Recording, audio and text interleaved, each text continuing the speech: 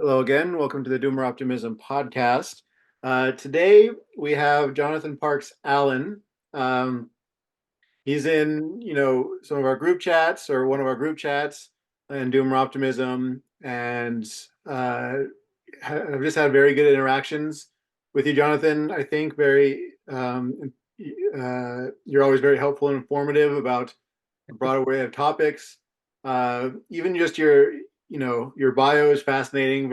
You have a very eclectic mix of influences. This is what I gather, and then I'll let you kind of introduce yourself and where you come from.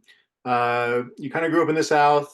Uh, you identify as anarcho-agrarian. You're Orthodox Bit tongue in Christian. cheek. You study pre-modern Islamic civilization. You have kids. So you're a dad. That's kind of like the nutshell version. But why don't you go ahead and introduce yourself and kind of how you grew up and your formative influences? Oh my goodness. I mean, we could be here all night talking about that. Yeah, maybe the 5 minute version. Yeah. So I was born in Meridian, Mississippi. The first place I lived was a little town called Sugarlock, Mississippi, which is in Mhm. Noxubee County on the Black Belt. My family lived there for a couple years, and then we moved to Crossville, Tennessee, up on the Cumberland Plateau. So I spent my childhood mostly in East Tennessee, in the Cumberland Plateau region. Mhm. We would go back, visit family in Mississippi from time to time, but I feel at home in really this part of the world, particularly the Cumberland Plateau, the Tennessee Valley, and also in kind of the coastal plain of Mississippi. So Mhm. that's been both sort of ecologically and culturally as well. That's sort of I think it was my kind of my homeland. Okay.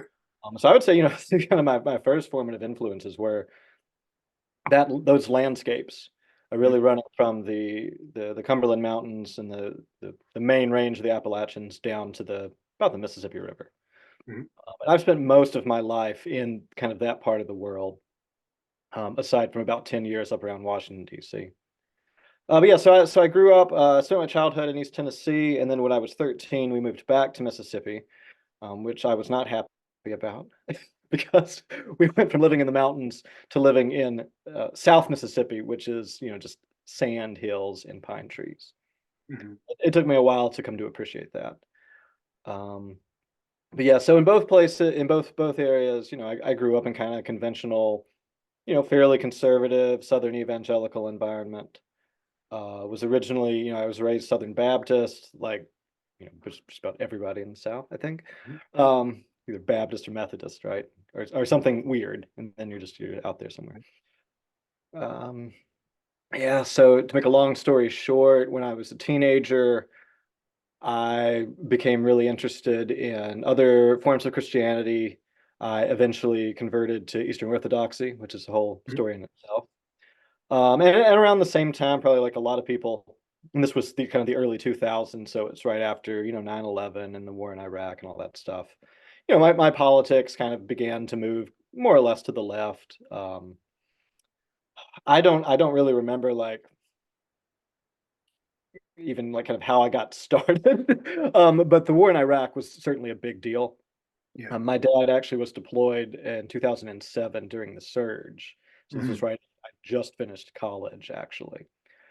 And so I was, I had a connection with already, even before I sort of started my course of study, had a connection with the Middle East and sort of an awareness of foreign policy. My goodness, where was I going with that? Yeah, so that my politics were already kind of drifting, I don't know, sort of to the left in the early 2000s. Actually, one of the more formative experiences for me was in 2005, I guess. I spent a summer in Southwest China, Hmm. Okay. studying Chinese. Yeah. And what was striking about it, and I think really this was kind of when a lot of my thinking flipped. I went to this totally new context. I'd never been outside of the United States before.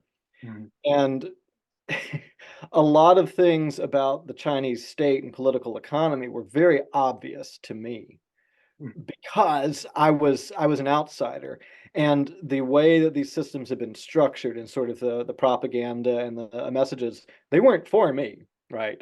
I didn't even pick up on them. Just things stood out in a way that I don't think they had before. And Hmm. I became much more aware of, I think, how kind of states function, how capitalism functions. Hmm. Hmm. Uh, and that was a really revelatory experience. That same year, so I came back from China, and then in the fall of 2005, we had hurricane, well, fall, I guess late summer, we Hmm. had Hurricane Katrina. Right. And this was also, weirdly enough, a really formative political experience for me. So I was at college at the time, but I'd gone back before the storm hit to my parents' place, about 90 miles or so from the coast, so pretty far inland. But we were Mhm. hit quite hard, even though we were a long ways inland. And what was so striking, after the storm passed, we were effectively in a stateless society. Mhm. There was no state for several days Yeah. because they couldn't get to us, right? Right. Infrastructure was, it was everything was offline. We didn't have, even radio didn't function. Wow. And what was incredible was that almost as soon as the storm had passed by, the good old boys in the neighborhood got out their chainsaws and they started, cutting the trees out of the roads. Hmm. Hmm. People, once we could get out, people started going around checking on each other. Hmm. The only real presence of the federal state for a while, there was some guardsmen that showed up in town, and they guarded the gas station, and it was just the weirdest thing because there was like really no reason for them to do so. There Hmm. hadn't been any violence, there was no looting, nobody was like shooting one another. Yeah. And that opportunity was there because I mean, it's South Mississippi, everybody has like 20 guns. So if we'd wanted to go Mad Max Anarchy, we could have. Hmm. But that sort of got me thinking about kind of how societies work and how they can potentially work, right? Hmm. And really from there, I guess it's just been a trajectory into kind of other ways of thinking about the world and society. Um, Yeah. well, I need to cut it off, but around that same time, I sort of decided I wanted to study Islam, Yeah. and that set me on my kind of professional trajectory.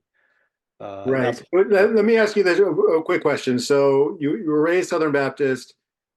You wanted to explore other forms of Christianity. Eastern Orthodox is pretty different, I'm guessing, than Southern Baptist. yes, quite a bit. Is this kind of a part of a trajectory of like being interested in kind of like you feel very Southern, this is your home, but at the same time you have this interest in like other civilizations, Mhm. right? And other ways of paradigms of viewing the world. Would that be fair to kind Yeah, of link those two things? I think so. Yeah. And something that has definitely changed over the course of my life. I've always identified very strongly with the American South. Mhm. I've never wanted to live anywhere else. Yeah. I lived for 2 years in St. Louis, Missouri, and I was like, I never want to live in the Midwest again. And it's not even really the Midwest; it's like it's its own thing. But Yeah. so I identify very strongly with the South, and I love it. I mean, I could live elsewhere, but I've chosen not to. Mhm. Um, but I have increasingly sort of felt that for a lot of reasons, in order for the South to work, for it to be what I think it can be, and in a way to become what it already really is we have to be open to I don't know, kind of the heterogeneity and the sort of the wildness and the openness of the South to Mhm. other worlds and to other histories. Right. And I don't think that's not a recent thing. I think it's fundamental to the nature of the American South. And I think it perhaps in a way that is not true of many other parts of the country. Mhm.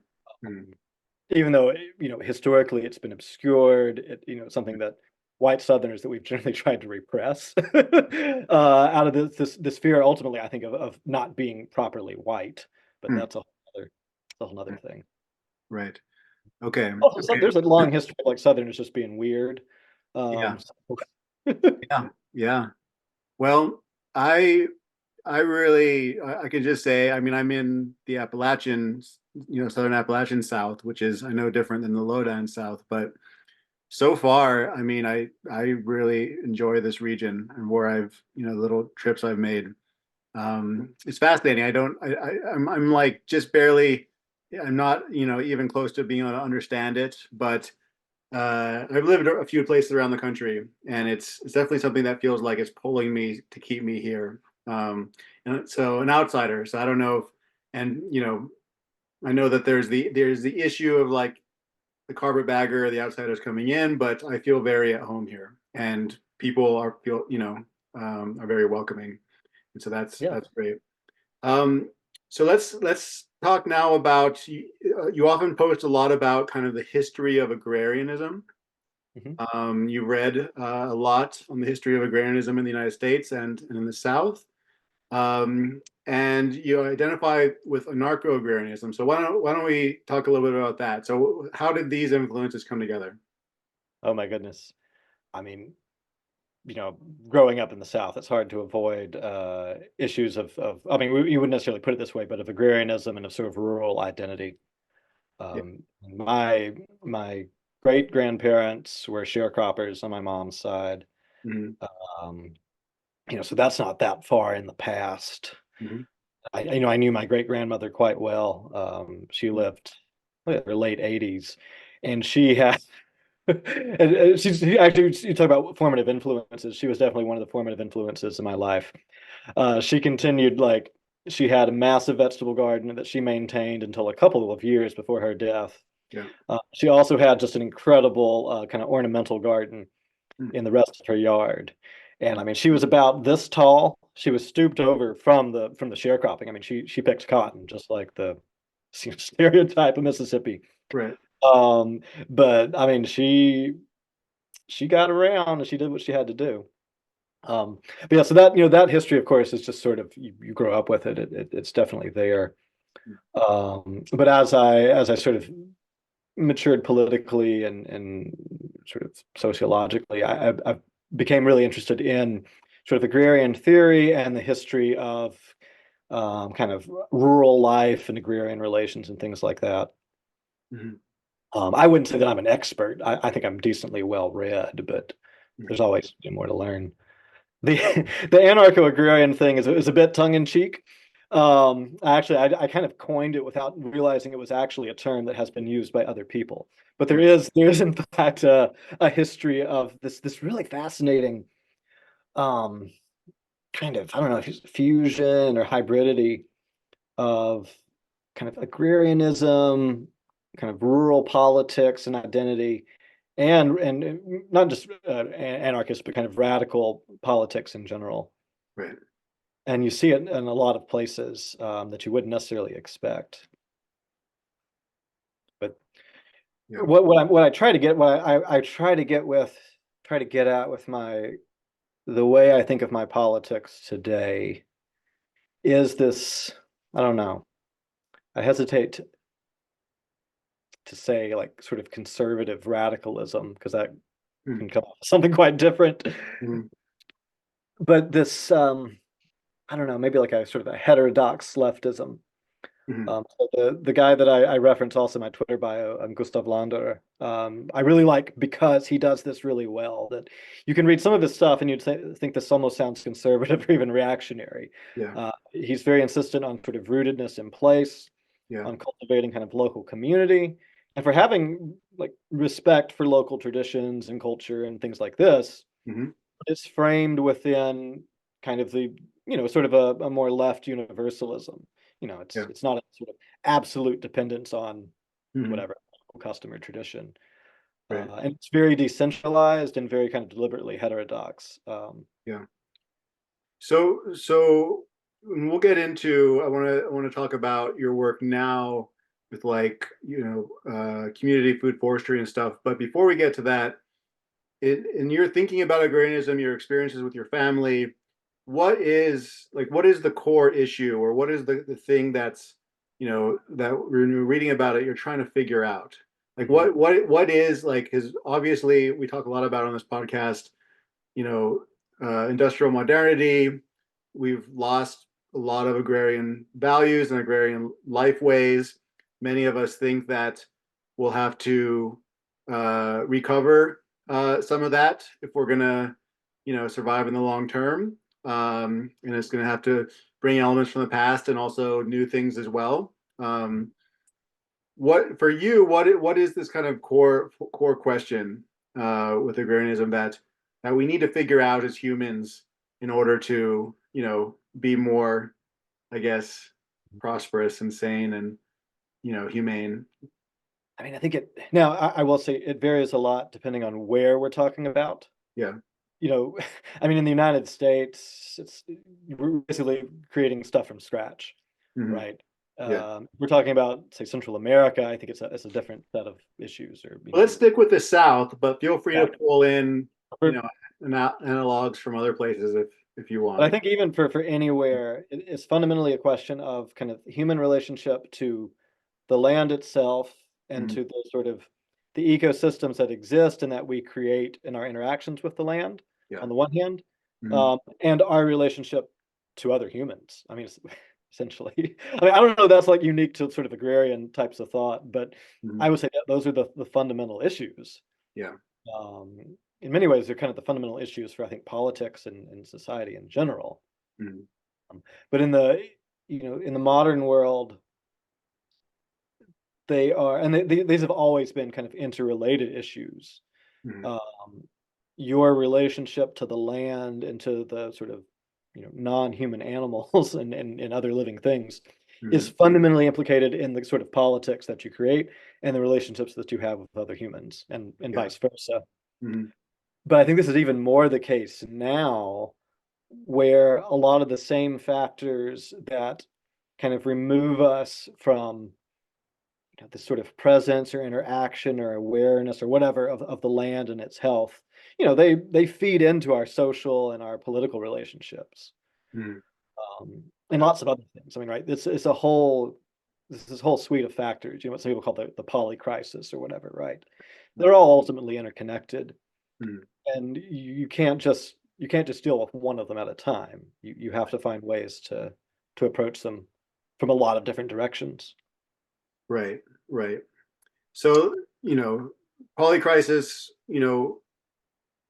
I'll just name a few things that people usually invoke in the polycrisis. There's the sustainability issue, there's ecological sustainability, there's energy use, there's, material throughput and, resource depletion, there's toxicity in the environment. These are like the environmental. Then there's social justice, there's, people being able to capture a fair, portion of the value of what they create. So, right. So like workers' empowerment, um, things of that nature. Of course, there's racial inequalities. There's many other things that we could talk about when invoking the poly crisis. Um, you know, Let me try and reframe. Maybe this is not asking this is not a different question, but when we're thinking about all of these poly crisis things, and we think about agrarianism, how do we need to think about agrarianism differently, and what role it can play in addressing the poly crisis? Yeah.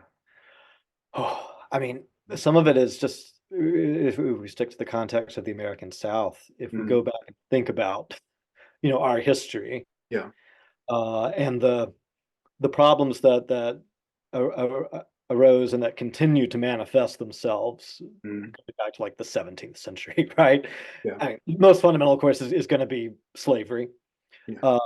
The sort of the legacy, the many legacies of slavery and of kind of systematic racism in the South. I mean, that's just a really fundamental one, and it is fundamentally tied up with questions of the land and the use of the land.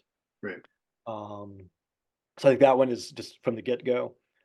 But I mean, there are others as well. If you think about the history of industrialism in the South, Mhm. particularly like in the Southern Appalachians, right?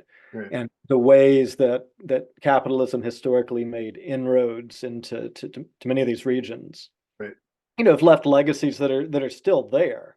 Yeah. And they're often no longer obvious. I mean, it's much like slavery. It's like the sort of the immediate scars have been healed in Yeah. many cases, both sort of literally and metaphorically. But the deeper legacies are still very much there and Mhm. require this really kind of rebuilding or regrowing or whatever you want to call it. Yeah. And I feel like to address one, you have to address the other. Mhm. Um, which is very difficult to do. Yeah. Can be quite painful. Yeah. Uh, but it's also, I mean, this is the thing too, that I think this is why I find kind of agricultural and, if you, I don't know, environmental, ecological issues so powerful, Mhm. is they give you something very concrete. If it's, we need to heal the land that we live on as part of our, heritage or whatever. That's something that everybody can share in and Yeah. has a fundamental interest in. Mhm.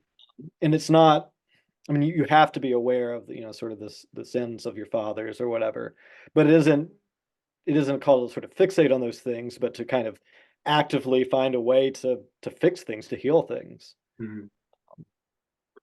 Right. Right.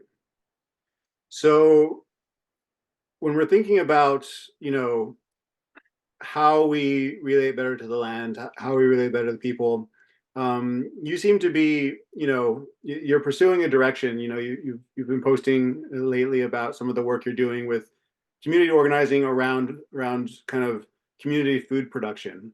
Um, how did you hit on this as kind of like, a way to pursue, these questions in the context of agrarianism? And tell us a little bit about kind of what you've been up to. Yeah. So part of it is just kind of, I wanted to kind of put my, what's the word? So my foot where my mouth. No, I want to wanted to actually, practice what I've been preaching and Yeah, sort of yeah, yeah. thinking about Uh-huh. for a long time. Mhm. To make a long story short, back in 2021, I guess, I finished my PhD in 2019, and went on the job market. I had, the wonderful misfortune, as I don't mean wonderful just ironically, but the misfortune and fortune, I guess, of going on the job market in a serious way in 2020, which Yeah, was the yeah. absolute worst year for, like any academic anything job market wise. Um, so I was sort of like, all right, I'm going to keep trying, Mhm. but I was already kind of thinking, all right, I don't want to, just on a very practical level, keep applying for tenure track jobs indefinitely. Mhm. And so sort of determine, all right, I'm going to do this for another year or two. And if it doesn't work out, I'm going to do a bit of a life direction change. Mhm. So it didn't work out. There are a little bit, there are a few more jobs, but the market remains really bad for history. And, it's not like it's a huge surprise. Totally aware of this. And for a long time, I debated taking a slightly different direction of doing something agriculture related, or I didn't have any specifics. So what we decided was to move back south. So we were outside of DC. Mhm. We picked Chattanooga kind of because it's near places that my wife and I have lived. We never actually lived here. Mhm. And working remotely, my job that I had at the time and still do, it was, pretty much anywhere that we could find something affordable. Yeah. Um, so when we moved down here, one of the first things we wanted to do was do, some pretty intensive gardening and stuff of our own. And, we've done that. Um, I guess you would call it homesteading. I don't usually really think in those terms, but we've got the giant vegetable garden, chickens, turn the front yard into a, you know, I don't know, wildflower garden, all that stuff. um, but I knew I wanted to do something kind of community agriculture oriented. Yeah. And I didn't know what that was going to be. Mhm. And for the first year that we were down here, I just, sort of did my own thing here on our property. I kind of looked around at what was already going on, Mhm. because I wanted to find an outlet that nobody else was pursuing, Mhm. but that I felt like could meet a real need and could actually, kind of get up and going. Mhm. Um, and so after a while, I hit on this idea of community food forests. Mhm. Uh, and I sort of put it out there to folks in the community. So And real quick, oh, go what's ahead. the difference between a community food forest and a community garden? Oh yeah, so I get this question a lot, Mhm. um, and it's I mean there's a continuum, I guess, Yeah. and in fact, the way that we're trying to do things here, some of our sites will be more on the community garden Yeah. end of the continuum, and others more on sort of forest garden. Mhm. But the basic idea is that in a community food forest, the emphasis is on perennial production. Yeah. So fruiting trees, bushes, vines, perennial vegetables, um, things that, they're not zero maintenance, but Yeah. they don't require quite the same level of maintenance as, say, your standard plot of vegetables. Right. And I can Um, imagine that being relevant, particularly because oftentimes coordination challenges, especially yeah, with intensive veg production, that's very time sensitive. it is. It helps address that. Yeah. Yeah. Yeah. So the idea is that these are sites that people in the community can help to manage. But yeah, Yeah. they don't have to like be there every other day, right? Yeah. If you forget to water one day, everything's not going to die. Yeah. And over time, they become sort of more self-sustaining. I mean, they always require maintenance of some sort, Mhm. but generally more self-sustaining, and you can fit them into a greater range of sites. So Mhm. here in Chattanooga, I mean, we have a lot of urban land Yeah. uh, that is, either unused or underutilized. Mhm. It would not necessarily be ideal for putting in like a big vegetable garden or urban farm, Yeah. but things like fruit trees and then all these other things, you can include your native wildflowers and other sort of pollinator friendly plants. Mhm. You could include stuff for other sort of uses and ecological services. And you can do that on a lot of varieties of land, including within a city context. Mhm. So that was one of the things. The other thing is that particularly on this end of Chattanooga, so I'm on the kind of the south end. Like many cities, we have an interstate that bisects the city, Yeah. and wealth and development have generally concentrated on the north end of the city. Mhm. South of the interstate, the neighborhoods are generally much poorer. They're more racially diverse. Um, so a lot of our immigrant neighborhoods are down here. Several of the historically African American neighborhoods are on this side. And this will be a huge surprise. There aren't a lot of parks on this end of town. Right. But there's a lot, so there's not a lot of parks, but there's a lot of unused land. A lot of unused land. Some of it's city owned. Often it's just an empty lot. So Yeah. it's grass or it's just kind of And is overgrown. it owned like privately oftentimes, or is it often city owned and they just haven't done There's much? a lot of city owned land. And there's obviously a lot of privately owned lots that Yeah. totally undeveloped. So, like I was looking up this one lot that I was interested in, and it's owned by this a church Yeah. that, as far as I can tell, has not existed in like 20 years in any form. Okay. So I don't even know how that works, but Yeah. yeah. Mm. So there's a fair amount of city land. There's there's a bunch of city land along Chattanooga Creek, Mhm. some gorgeous bottomland, but I know the soil is in many places just horribly polluted. Yeah. So Chattanooga, historically was I don't know if it was ever called the Birmingham of the South, but it was one of the like sort of Birminghams of the not Birmingham, the city in England of the South. Obviously, the actual Birmingham, Alabama, was the Birmingham of the South. But it was a major industrial center Mhm. for, I mean, well, about a century, Yeah. from after the Civil War until about the 60s or 70s. And for a while, it was one of the most polluted cities in America. Mhm. Mhm. Um, and part of that is just our geography. So Chattanooga is a beautiful city because it's surrounded by mountains. We have Lookout Mountain and then the southern terminus of Walden Ridge on the west. And then Mhm. we have Missionary Ridge on the east, actually just behind me here, which is beautiful to look at. But historically, it would capture all of the, airborne pollutants, Yeah. just Yeah. create like a bowl of Mhm. pollution. Mhm. So you had that, and then you had a lot of stuff dumped into particularly Chattanooga Creek, because there were factories all down actually here into Walker County, Mhm. and all of those, you know, flowed into the creek. So the alluvium and the sediments within the creek all have heavy metals and other like awful shit. Yeah. So anyway, Yeah. all of this is to say that there are there's land that is available potentially, Mhm. but certainly it's going to require a lot of remediation. Yeah. And one of the things that drew me to the food forest idea was, I mean, it still requires remediation and caution, but that there is a little bit more potential. Mhm. And at the very least, you can take some of these empty plots of land and make them something, beautiful, Yeah, as opposed to just, collecting right. garbage. So like, so for example, if it's, the soil is highly polluted, you might say, okay, this could be a native wildflower garden or something, a non-edible kind of a Yep. providing ecosystem services. And if it's like medium, then you might think about fruit trees or nut trees.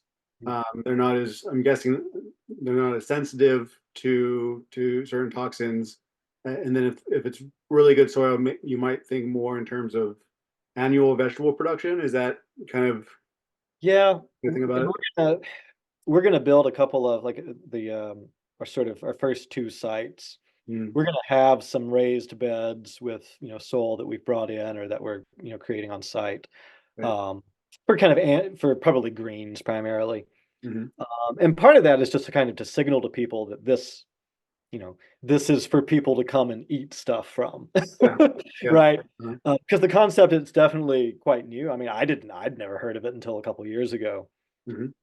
And at the moment, well, when we started back in August, no one was doing it in Chattanooga. Hmm. It's now actually we're sort of kind of taking off just in the last few months, but Wow. Mm, we have there's some leads.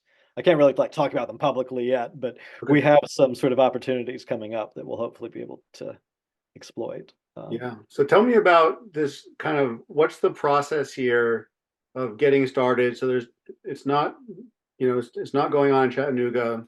Like, where do you start? And I'm sure a lot of people, listening to this, living in a more built environment context, urban context, this would be useful for them. So like, what did you figure out about like how do you get people on board? How do you find suitable parcels that you can use, et cetera, et cetera?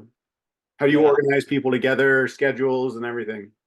so I say a lot of it is just sort of serendipity or divine providence. I'm not sure. Okay. Uh, So pray so a lot. so when I had a meeting back in I guess in August at a coffee shop in our one of the neighborhoods in the city that's what's the word, sort of maximally amenable to this sort of thing. Right, where um, like-minded people, I guess. And I Mm, knew that was the case. I hang out there a lot.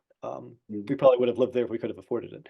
But so we had a meeting at the coffee shop, and I'd put out a call on some like social media and like a listserv for the neighborhood, mm. not knowing any idea of like would anybody show up, would anyone be interested? And we actually had more people at the end of the meeting attending than had RSVP'd on the like Google Calendar invite, Huh. which is Okay. the opposite of what usually happens with those Yeah. sorts of Right. things. So there was a lot of interest, and fortunately, there was somebody there who was already working with a church in St. Elmo in the neighborhood, Hmm. kind of redesign their landscape, so to make it more kind of native plant friendly, Hmm. reduce the amount of grass, that sort of thing. Um, she already had started a little food forest in her side yard in the neighborhood, so she was just like, on it. Yeah. Yeah. And then it just worked out. The pastor at the church is a big supporter. He was very enthusiastic. We put together a plan within about a month or so. We brought it before the like relevant church committee, and they were like, "Sure, go with it." Mhm. Yeah. So they had this nice little lot, not doing anything with it, in like the best location we could have asked for in like all of Chattanooga. It's on a greenway that gets a lot of foot traffic and bicycle traffic, so just like maximum exposure. And then from there, it's just been a matter of figuring out how do you do publicity for something like this? Yeah. How do you sort of attract and retain volunteers? Mm. Uh, I don't know. I mean, it's very much for me. It's very much a learning curve. Yeah. I mean, I've never done. I mean, I'm a historian by trade. Right. I've Right. never done any kind of like anything like this. Um, and I sometimes feel I don't know what's the word. imposter syndrome, because I think I really am kind of an imposter. Like I'm not an expert in perennial agriculture. Yeah. I mean, Yeah. you know, Mm, uh, but I mean that's the thing. We've been very lucky. There are people involved who know what they're doing, yeah. and I've been working to connect with folks in Chattanooga who are already doing similar stuff Okay. in this sort of urban agriculture and permaculture sphere. Hmm. And one of the things I hope that we'll be able to do with this community food forest project organization is to better kind of coordinate and kind of bring some of these different energies together. Right. Because there's, I mean, there are a lot of people who are working on different things, and there are a lot of people out there who are interested in doing something in, their urban agriculture and community agriculture, whatever. Mm, They need that outlet. right. Right. Okay. So it's still early on. Um, have you run into any issues with um, trying to organize or make people like organize a way that people feel it's fair of like how much effort I put in, then some random like if I plant a berry, blueberry Mhm. bush, and I put a lot of effort in, and I go back the next day and all the blueberries are gone, is that person just like hallelujah, like I've helped feed the neighborhood, or are they a little disappointed? Like is there are there like how do people relate to kind of the boundaries around public versus private Yep. versus commons, like Yep. so the commons is kind of like I think of it almost as like a private community, like community private instead of individual private, right? Where commons often historically is not a free for all, it's not open access, right? You have to be a member.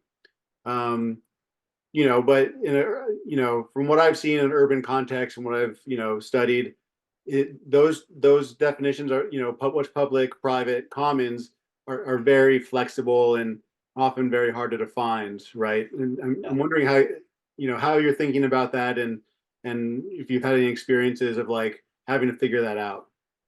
Yeah, I mean, so far, not really, just because Yeah. we're just getting started. Right. Right. There's nothing really to harvest yet.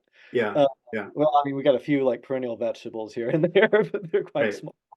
uh, Um, I did have it so we have two sites that we're directly kind of building up right now, mhm. and we've got some others that are sort of in the works. Okay. But at one of our sites, part of the installation is inside a fence, Hmm.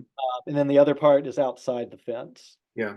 And we were working out there the other day, and a lady who lives across the street was asking, like, what we were planting. And I was like, well, we're going to put some grapevines here, and they're going to climb the fence.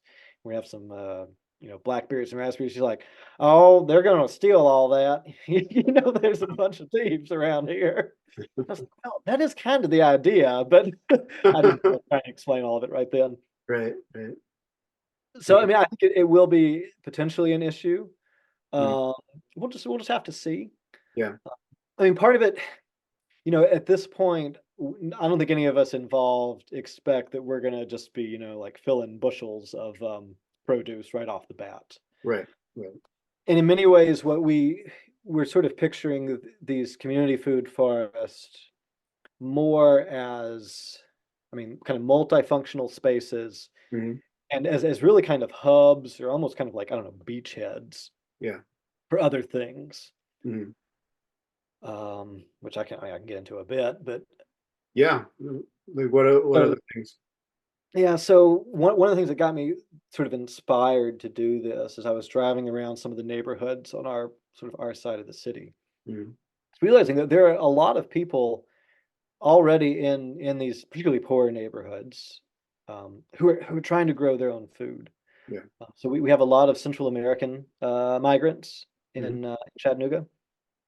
Um, as in we have a lot of speakers of Mayan languages, which is Wow. really fascinating. Yeah. And a lot of these families, they have sort of like mini plots alongside their houses. Uh, Um, whether or not I don't know, some of these things probably shouldn't be growing directly in the ground in some of these neighborhoods that are literally brownfields. Yeah. And there are people working on remediating that. Mhm. But I realize that there are a lot of people who are trying to grow stuff, even in the city, like within these urban neighborhoods. Mhm. And one of the things I would love to do with the food forest is, number one, get people who are already interested in growing stuff involved Yeah. actively in planting and tending. And ideally, I would love to see, these little forest gardens in every neighborhood within Mhm. easy distance of people's homes. Yeah. And so integrating that into people's lives who are already growing stuff, and Mhm. also to use these as almost really kind of like nurseries for propagating and sharing perennials, Mhm. which I find particularly for lower income people, it's one thing to plant, get some corn seeds, right, Right. and plant them. It's another thing to go out and buy a peach tree Right. because they're generally not cheap, right? Right. If you're buying grafted peach trees, that'll get expensive fast. Yeah. Yeah. Um, and even when it's not expensive, you may not know where to get stuff. Yeah. So I recently planted a bunch of fig trees Mhm. that I got from a guy in our garden club here in Walker County. Right. He lives way out in the county, kind of out in the Mhm. sticks or whatever. Yeah. He grows a bazillion figs. The man is just like a master of fig propagation Mhm. and everything fig. And he's happy to share stuff. Yeah. It's just it's a matter of connecting people who have the resources and the knowledge with people who need it. Yeah. And what I picture our food forest sort of project doing is really ultimately kind of doing that, Mhm. Yeah. and acting as a bridge. Maybe bridge isn't the right metaphor. Yeah, almost like a network, Mhm. bringing people together who already are interested in these questions of the land and of growing things and of sort of Mhm. sort of autonomous production. Right. And if you can bring all of these people together, Mhm. oriented around this particular project or these particular locations, like that's really kind of my dream. Right. Right. Yeah. And do you see this as one potential catalyst for, let's just call it social change, in general, like creating, another way to put it, like the anarchists put it, is like, prefigurative action of creating the parallel economy kind of thing. Are you thinking about it in those terms? I mean, yes, I would love. There are a lot of things I would love to see for us to do here in Chattanooga, and that I think are possible. Yeah. Um, And do you think gathering around food production is particularly potent way to yeah, create, just more general kind of community networking and organization in general? it's food. I mean, food production, and I mean, really, maybe the fundamental question is access to the land Yeah. and stability in that access. Yeah. And I mean, it goes into historical inequities and sort of denials of land access. Yeah. And then in more recent kind of divisions and some of them are just things like language barriers. They're not necessarily malicious or anything, but Right.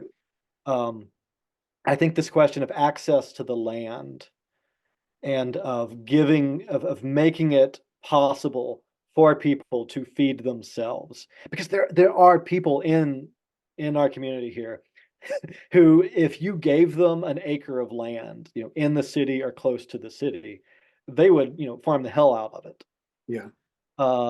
and would integrate their produce into sort of local food systems. Mhm. Like, it's not a question of are there people who will do it. Yeah. It's a question, how do we connect these people with land. I mean, it's really basic. And how do we get the political structures to accommodate that? Yeah. And part of it, I mean, I don't want to say I want to shame that we want to shame the city into doing something, but Mhm. be more positive. We want to provide a model to kind of show that this can be done, that there are people in our community who are willing to do the work and Mhm. who are interested in transforming, their relationship to the land, to food, and to one another. Mhm. And that if we, as sort of we acquire more resources, sort of, Right. hold of them, we can do more stuff.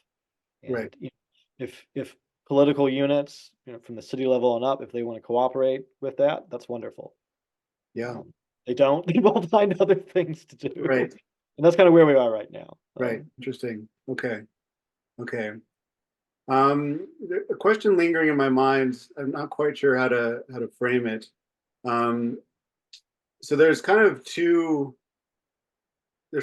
forms of land reform that I've categorized in my mind. One is kind of what I guess you would call a distributist model, where it's like, okay, let's make ownership of land as broad as possible, right? Everybody has their 3 acres and a mule or a cow, as Chesterton put it, right? But it's private, and then maybe that's embedded in a larger commons when it's appropriate. But the household is kind of the central unit of production within a commons, and then there's more of, I would say, the communalist approach, where like, no, like it all needs to be a collective kind of endeavor, a big plot with many people involved. Perhaps if they're involved with the market, as they organize as a cooperative, but it's more communalist. And it sounds like the hints I'm getting from what you're saying is that like both are kind of appropriate in a certain context. Yeah. Yeah. Yeah, I would definitely agree. I mean, Mhm. historically, I would say that a sort of a hybrid approach has been the most common. Yeah. Yeah. So for instance, like here in the Southeast, Mhm. from what we can tell of pre-Columbian cultures, um, that's generally how it would have worked. Like households would have had private land. Basically, I say private. They didn't hold it in exactly the Right. same. Long-term land tenure, we could say, Yeah, not necessarily exactly. private property. As long as you're gardening it, it's yours, right? If you leave it fallow for several years, come back, somebody else can take it, Yeah. right? Um, so that was the pretty dominant model, along with some types of commons. So in some Mhm. cases, this might be kind of the outfield model, where you have outfields that are a bit distant from the households, that are kind of collectively managed. Yeah. Or you might, you have other sorts of resources, so particular types of trees or sort of Mhm. orchards that are collectively managed. Mhm. So I mean, not that different from models you find in the old world. Yeah. Um, and I mean, this has been true in many many parts of the world, and it seems to be a very resilient model. Yeah.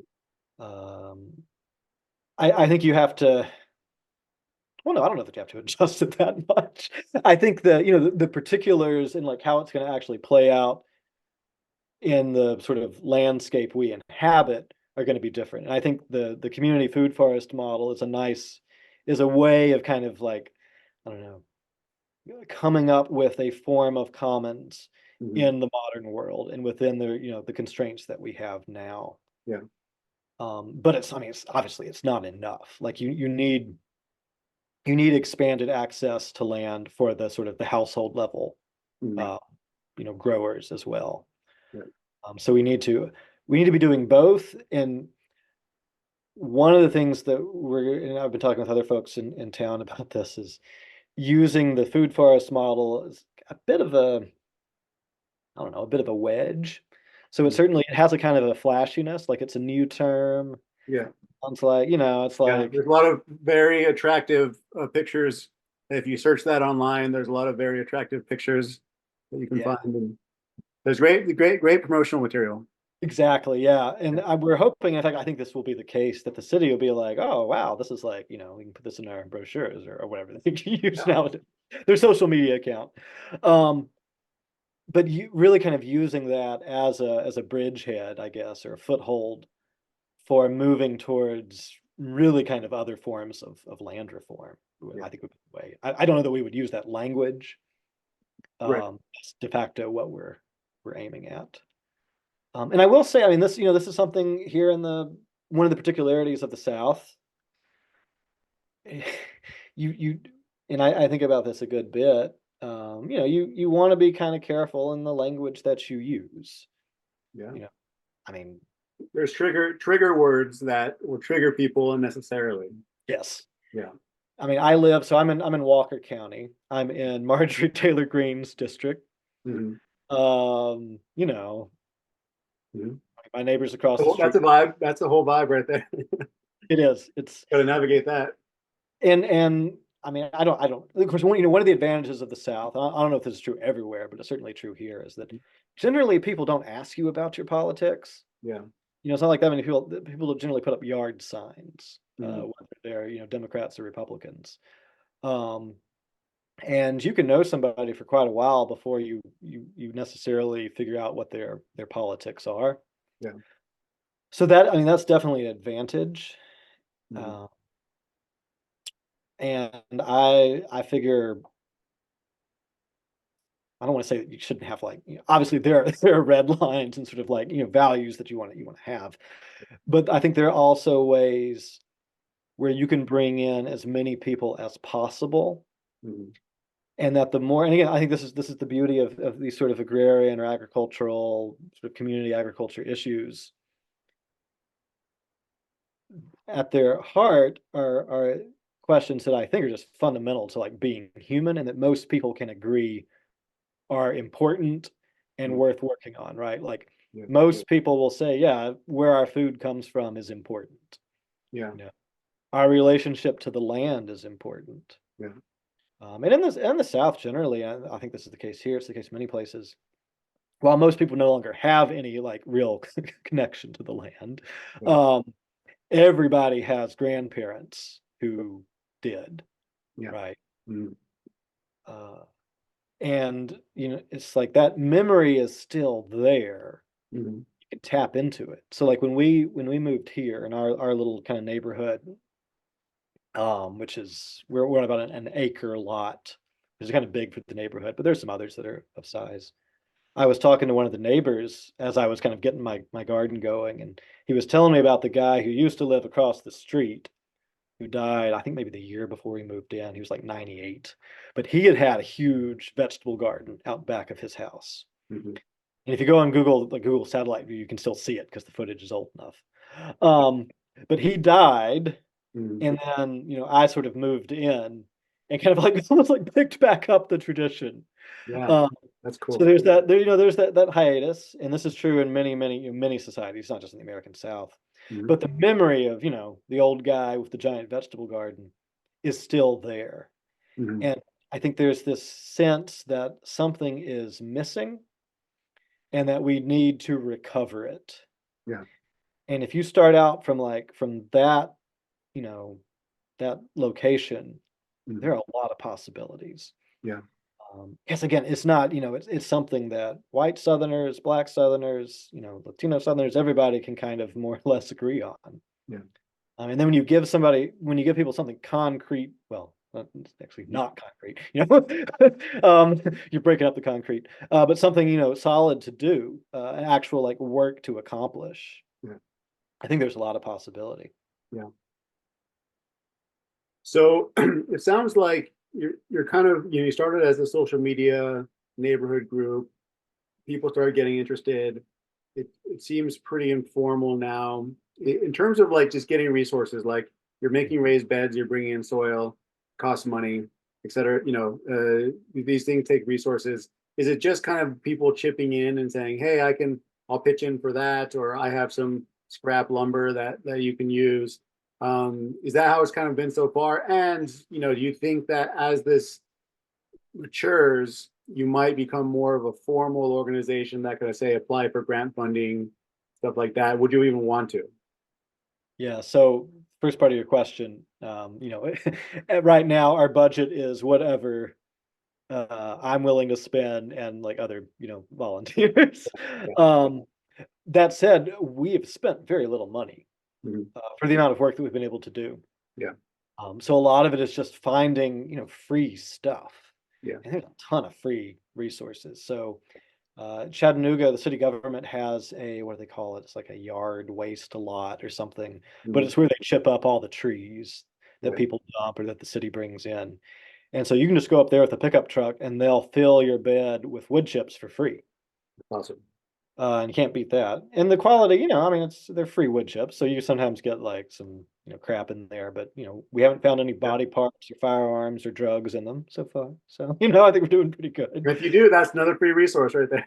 Yeah, exactly. Yeah. Do Hey, we like can sell this gun. yeah, compost the body part, whatever. Yeah, Yeah. so and then things like, we did a project a couple weeks ago with a bunch of pallets. Mhm. And we just, people just dropped pallets off at the site for a couple weeks. And again, they're free. You just go and you find them. Um, we put down composted manure on one of our sites because, I know a guy who works for a horse barn. Mhm. And the owner was like, yeah, y'all just come over and like fill up your truck with manure. Yeah. If I need other forms of composted manure, I know people out in the county I can get that from. Right. Um, Yeah, so a lot of our resources so far have just been, sort of hyper locally sourced and they've been free. Mhm. Um, and I will say it's been a bit of a revelation, like realizing just how much stuff people put out and well, like, I mean, like dead leaves. Yeah. Like people bag them up and put them on the side of the road. Right. Like, what in the world? I mean, it's wonderful for us because they're already bagged, and Right. you just Right. load them Right. up. Oh my Yeah. Lord, why are you throwing this Quite a away? quite a valuable resource if you know why it is. Yeah. Yeah. And so I've begun to notice, particularly in an urban context, just how much there is. Yeah. And I mean, we're not super picky. I realize there are no doubt trace elements, maybe more than that, of bad stuff. Yeah. But it's like, well, it's that, or we spend a bunch of money and then we create other sort of problems down the road. Yeah. So I realize some different people's mileage will vary on that. Um, So far, the only kind of big ticket item is we needed some Leland cypresses cut down on Mhm. one of our sites. And because it's next to a pretty significant power line, this wasn't something we wanted to do ourselves. Right. So I sent out a call to some local arborists, and Mhm. I was like, "Look, we don't really have a budget. Could Mhm. you maybe let us maybe do like a half price, discount?" And one of the arborists in town, they were like, "Oh no, we'll just do it for free." Wow. So they showed up, they cut down 3 trees, chipped them, and left the wood chips on our site. Um, Wow. we haven't had to haul in any more wood chips Is there. that just out of like were they interested in the project or they're just out of the goodness of their heart? A little bit of both. They were already sort of interested in this kind of thing. I'd met them. There was what was it? It was like a native plant fair Mhm. last summer, and they had a booth there. So I talked to them some. Yeah. But I mean, we put up like a yard sign for them, but they hadn't even like I suggested that. Because I felt bad, it's like I gotta give you guys some publicity. Yeah. So that I mean that was really exciting because we're talking, a couple $1,000s, Right. right? Right. This is Yeah, us. that's a big deal. Yeah. Okay. I will say I've found, and I mean this is purely subjective, but in the South, for me at least, it is somewhat easier to get things done. Mhm. I think it is. It's because of this, there's kind of a shared culture. There's a connectivity. I don't know, whatever you want to call it. Yeah. Um, that I find at least it's easier for me to navigate. Now, I'd imagine it might be different for other people. Um, Right. that has definitely helped. Yeah. Yeah. I mean, it seems like you've lived in Chattanooga just for a few years, and it seems like you made a lot of connections. And I think, even though it's a new city, being from this region and understanding it has really helped. It helps, and I set out to. I mean, I like to join things. Yeah. But it's sort of like as soon as we got here, I set to work on our gardens here, and I was like, what groups can I join? Yeah. We have this wonderful garden club here in Walker County. We meet at Chickamauga, which is the Mhm. closest kind of town. Actually, but one of the nice things about this county is from where we live, you can be in downtown Chattanooga in, I don't know, 10, 12 minutes. Mhm. Or you can go in the other direction and you can be in Chickamauga, Georgia, which is this actually really nice little kind of small town that has done really well, in Mhm. part because it's so close to Chattanooga. Right. Um, so we have a garden club that I think started in 2021. It's fairly new, but it's very much. it's people doing like permaculture stuff and organic gardening and kind of native plant things. Yes. Um, it's not what you would necessarily expect from like Walker County, Georgia, which I think in itself is tells you something about how the South is what it actually is, as opposed to what it often appears to be. Yes. But so I joined that right off the bat, and that's been a wonderful source of just knowledge and connections, and things like that. Mhm.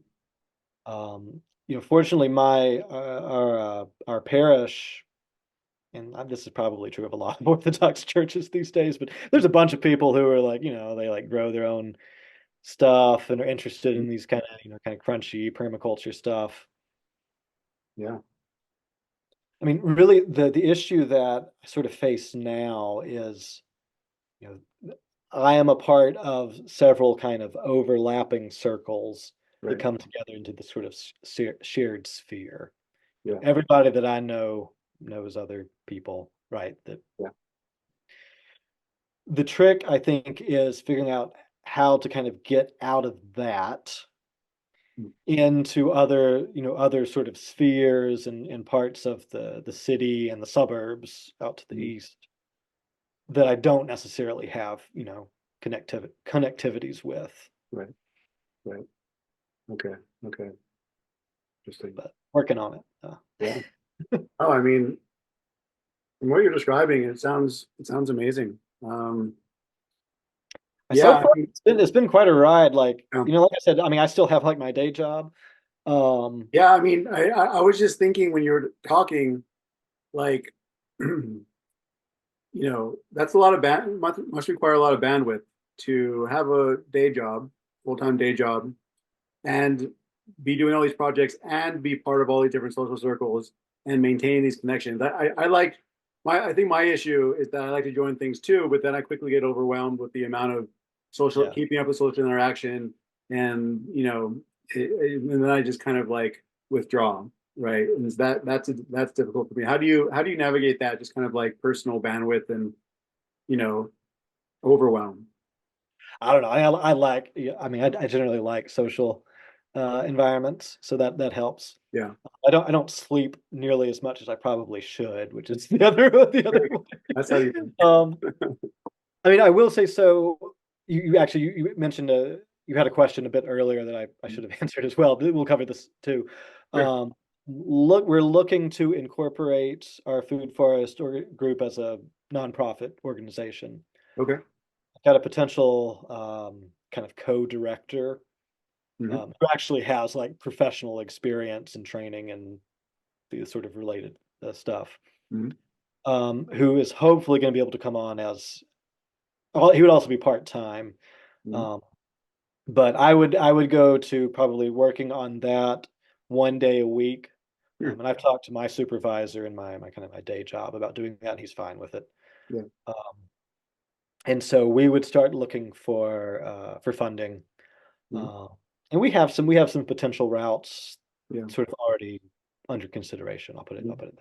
And what is the kind of level up that you see if you become a formal nonprofit, you apply for funding, you get funding. What are things that you would want to do with that you're not able to do now? Yeah. So the basic model that we've kind of hit on is to work with community like organizations and entities within the community. So right now we have a church that we're partnering with Yeah. and a community library. Hmm. It's privately run. It's a long story. Hmm. Um, so existing entities with people who you know sort of take on a position of kind of steward Hmm. within whatever that entity or community is, Yeah. and that's the model we want to continue kind of developing. Hmm. Um, so finding other, particularly churches, are really, I think, powerful sort of partner, particularly in this part of the world. Yeah. They also often have land that Yeah. they're usually not a lot of times aren't using. Right. Um, if we had a budget, and if we say could go up to like a full time organization, Hmm. uh, we would love to have kind of a hub site. So say 3 or 4 acres Hmm. preferably in the city in kind of one of our target neighborhoods, Mhm. that we would develop into a really a fully functioning kind of food forest Yeah. site, as well as have like kind of, teaching components, things like that. Yeah. There are some other folks in town who are talking about uh, building a kind of an urban farm. I don't know, what do they call it? Be like a sort of a urban teaching farm Mhm. that would be connected with the University of Tennessee, Chattanooga, and that would take on high schoolers and young people and sort of train them in urban agriculture and other things. Yeah. Ideally, we would both of the, this project would happen, and then we could find a way to have this sort of hub food forest that would be connected with that, Mhm. and use that as a way of training people and of generating these other sort of possibilities, if you will. Mhm. Yeah. But I think if I were to have a take-home message, you know, from what we've been, your experiences here, it's that there's a lot of opportunities available, um, or potentially available if you want to get involved with, the land, being a land steward, growing things, growing food. Um, it's just a matter of organizing with people. It's a matter of, it takes energy, takes time. Um, but this could, I don't see why this model couldn't happen everywhere, right? Yeah. Maybe it's particularly amenable in the South, and so maybe, one thought I had a few minutes ago is like, or a question I thought I was thinking about asking is, you know, if this becomes like a very robust model that, spreads across the South, and, you know, is this something that the South can offer as like, an example for other parts of the country, for example? Yeah, I don't know if you have thoughts about that. I mean, your first point about, you should just do stuff. If I mean, you this just is do something stuff. Yeah. I realized. So we lived in Tacoma Park, Maryland for about 10 years while I did my PhD, and then a couple of years after I finished it. And all that time, I was interested in growing stuff. I was interested in kind of agrarian practice and in an urban context, all of these things, Mhm. but very much at really just kind of a theoretical level. Yeah. Um, we had moved there from St. Louis, Missouri, and when we were living in St. Louis, I was very involved in the community garden scene there. Yeah. We have a really robust one. Mhm. When I got to the DC area, I was I was really kind of just bummed out because I discovered it's like if you wanted a community garden plot, you had to get on a waiting list, and you might be waiting for years. Mhm. This is terrible. Um, and I did a bit here and there. So like our landlord was very tolerant. We had a vegetable garden out back of the building for a while. Um, that was really about it. I was not really involved in any of the like kind of urban agriculture stuff in the area. I was aware of some of it, but I didn't really try to do anything. Mhm. In I guess in 2020, like a lot of people, had some time on my hands, Mhm. and I was kind of looking around, and I realized I was like, well, I could have been doing a lot more. And so I started building some stuff. Mhm. We built some raised beds out behind our like one of our landlord's buildings. I started talking to neighbors, and um, I didn't end up doing a whole lot. In part because we were soon after that we were kind of decided we wanted to move. But I realized, kind of retrospectively, that even in that seemingly very constrained environment, right, with a lot more just sort of built infrastructure, much more limited land availability, there was a lot that I could have been doing, Yeah. and there was like a lot of organizing that I could have done, and I don't think it would have been that hard. I Mhm. just I don't know. It's like I think it's this sense of agency, and I don't, for whatever reason, for a long time, I didn't feel that I had Yeah. any agency. Mhm. And some of it is scale. I think for me at least, and and everybody is this way, but in the DC metro area, I mean, it's millions of people. It's huge. Didn't really know anybody. I wasn't really, you know, I felt very anonymous in many ways. Yeah. But one of the things moving back south, moving to a city like Chattanooga, is like I feel like I have agency. it's like I can really imagine. All right, I'm gonna go out, I'm gonna organize some people, and we're gonna change things. Like I can imagine like Mhm. changing the landscape here, right? The infrastructure. It Right. is within the realm of possibility. Mhm. Um, and I find that it's a bit easier to make connections and stuff like that. That said, I now think that if I had if I had sort of activated this sense of agency, there's probably a lot I could have done, uh, Yeah. in our old neighborhood. I just didn't think I could.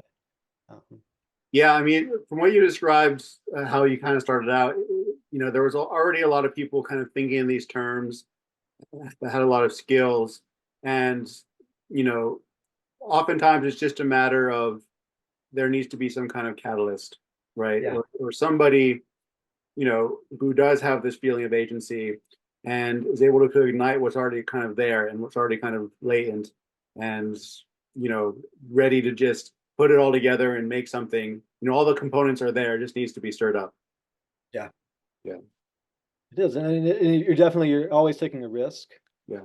Um, And and I can imagine in some places there might be pushback, HOA type stuff or people who look down on something like urban or suburban agriculture and stuff. So it seems like it helps to be in a place where agriculture is still part of the cultural memory, if it not. is, and I Right. mean, the South generally is. Yeah. I mean, people tend to be pretty laissez-faire. Yeah. It's like Right. Right. there are Good definitely and people. bad. There's bad manifestations of that and good ones. Yeah, it can be a good and a bad thing. Yeah.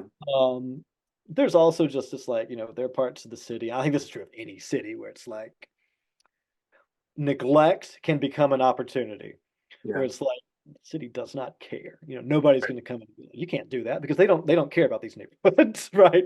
Which is a bad thing, but it gives you an opening Yeah. uh, that can be exploited. Yeah. Um, and then hopefully, it's like you can affect political change sometimes. You do it yourself, and then the powers that be are like, oh man, we can't be upstaged. We have to do stuff too.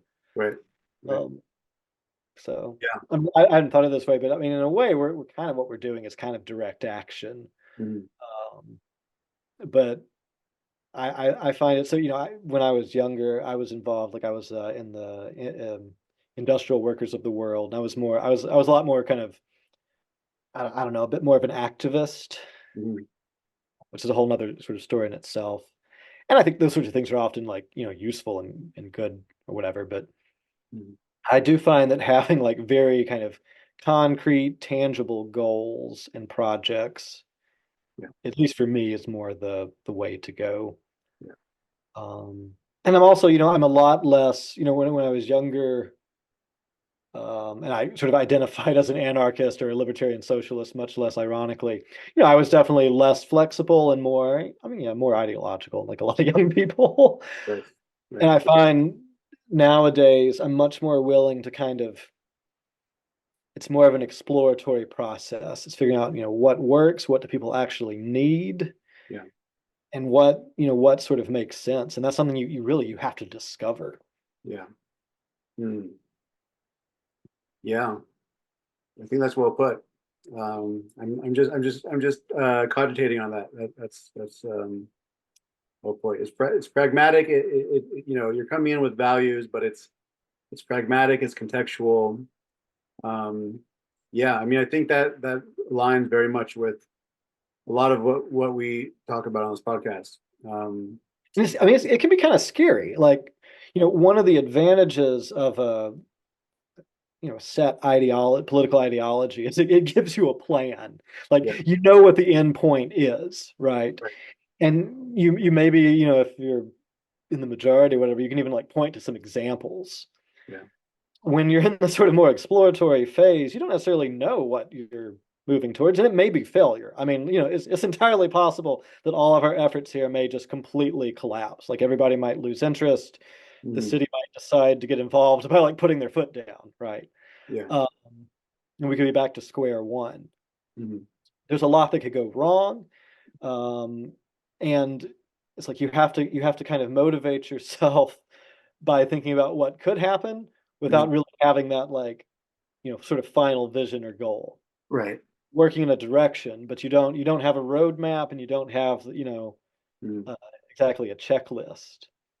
right, Uh, right. that is, it's a bit, I guess, kind of scary. Yeah, I mean, I think if you think of it as, I mean, a learning process, an evolutionary learning process, it's not as scary, although it does suck to, put in a lot of effort into something and then have it be squashed or something. That doesn't Yeah. feel good. And at least But with an analogy, you can have the good feeling of, you're a committed warrior, or whatever it is. there you go. Are you, and also that, you're a part of this, like, I don't know, the party or the bigger organization or movement. Yeah. I don't know how to, like, fit, like, what we're doing here in Chattanooga. I mean, we are sort of a part of a movement, I guess, like this food systems, urban agriculture, Yeah. but it is rather, I don't know if amorphous or inchoate are the right words, but Yeah. it is somewhat vague. Right. And that can be both a good thing and a bad thing. Mm, So yeah. Well, figuring it out. yeah, we'll probably wrap this up pretty soon, but is there anything else you want to talk about in the context of the conversation so far? Something we haven't talked about? Broader themes. Oh my goodness. I mean, I could probably find, yeah. What do you want to know about? I don't know. I don't I know. could This talk, is I the could talk forever. exploratory part where I Yeah. don't know what the final endpoint is. So I Just will don't happen. say something I'm trying to kind of figure out in my own life. Mhm. So I'm a historian by training and trade. Yeah. Um, my current work is, it's hard to describe. I wish there were an easy way to, but it's really at the intersection of digital humanities and kind of Islamic history. Mhm. So we've been working with, like, machine learning and AI technologies Yeah. to basically facilitate greater, sort of access and use of the, written heritage of Islamic societies. Mhm. So right now we're working with manuscripts, in particular. Mhm. And I've been thinking about, kind of like, okay, how does what I'm doing in this kind of urban agriculture, community agriculture sphere, Right. is it all related to my kind of Right. scholarly work? So you're kind of operating in two different separate worlds. Yes. Well, so yes and no. Uh, And I think the way that they connect is a lot of what we're doing right now is, in effect, building a sort of scholarly commons. hmm. So there are, you know, just incredible resources, just in terms of digitized manuscripts. Mhm. So right now, they're probably getting close to 1 million digitized Arabic script manuscripts in the world. Yeah. Um, the fact that they exist out there in, like, repositories or whatever only does so much. Mhm. Uh, and what our sort of organization is working on doing is really, um, increasing access and, what would the word be? The sort of, educational and sort of community structures that can really sort of activate these resources, and Mhm. not just for people in the United States and Western Europe, but on a sort of a global level. Yeah. And I see it as, in many ways, kind of what we're doing is we're trying to cultivate this kind of scholarly commons Mhm.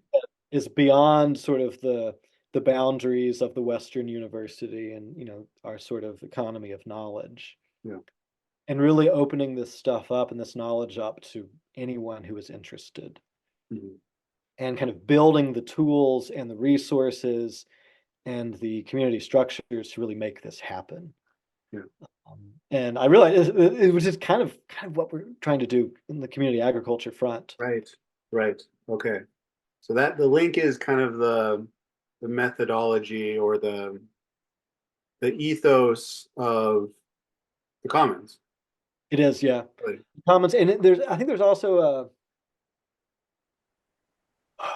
what would the word be? There's a sort of looking to the past, Mhm. but not, we're not in sort of a like reactionary or return manner, right? Like, Mhm. but taking the past seriously. Yeah. And part of what one part of the reason I love history Hmm. uh, is the the past is full of just incredible resources Yeah. for the present. Yeah. Yeah. I don't think you can have a political movement or anything without attention to the past. Yeah. You know, it gives you a frame of reference that just vastly expands the possibilities. Yeah. And I mean, it grounds you and puts you in touch, with people and with societies and with, worlds before you. Like it just enriches life, I would argue. Yeah. And I think that agriculture and ecology and all these things, I mean, it's something very similar and connected. Yeah. That, we are reaching into the past for inspiration, for grounding, and at the same time, we're sort of moving forward. We're developing new methods, Yeah. uh, things that our great grandparents would not necessarily recognize, Mhm. even as they might sort of recognize the kind of the animating spirit or ethos Hmm. um, Nice. that's behind all these things. So Yeah. Well, that's wonderful. Thank you, Jonathan. I really enjoy this. I think you're a fascinating guy, and I really look forward to seeing how this project in particular develops. Maybe we check back in a year or two, and I'm sure there'll be a lot of developments by then. So it'll be great to kind of check back in, and of course, we could do it informally. We're in we share a group chat and all of that, so we can do that informally. But this has been great. Thank yeah, you. I will say, anybody who's made it this far, if you Yeah. want to hear me talk about other things, more things. Do So you I want do, people? Do you want people to like reach out to you? Like, I'm sure yeah, if they're in Chattanooga, that makes sense. Reach out to Jonathan. His Twitter handle and all that will be in the show notes. But like, I don't know. Do you have anything to plug?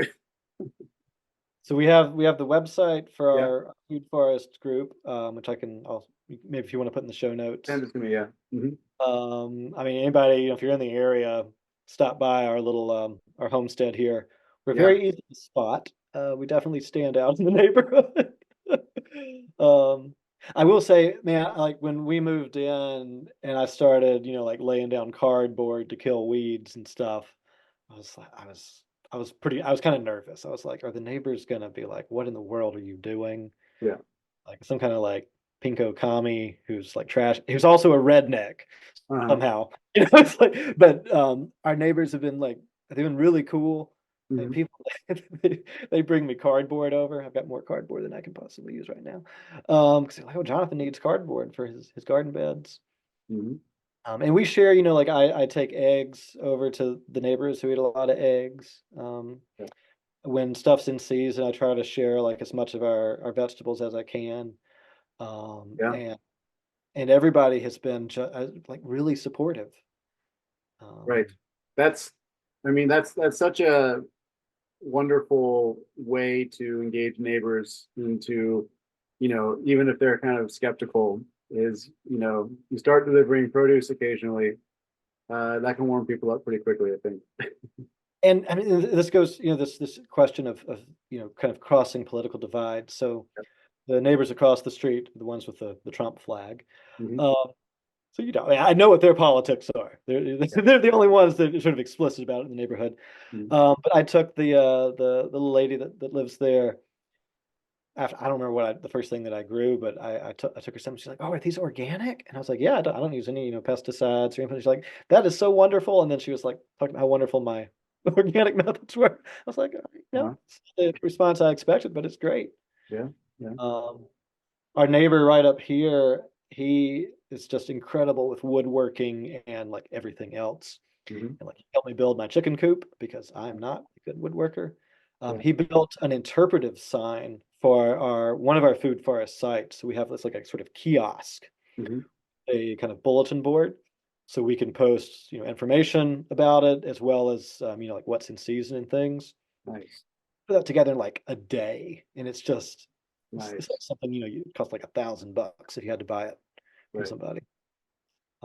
Yeah, it was just there are so many people, including people you would not expect, Mm. who are willing and sort of ready to do things and to work with others. It's folks need the opportunity. They need that kind of, these are kind of catalyst.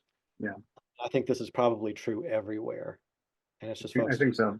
have to do it. It's like somebody has to get the ball rolling. Yeah, I mean that's where my optimism comes from. Is exactly how you put that.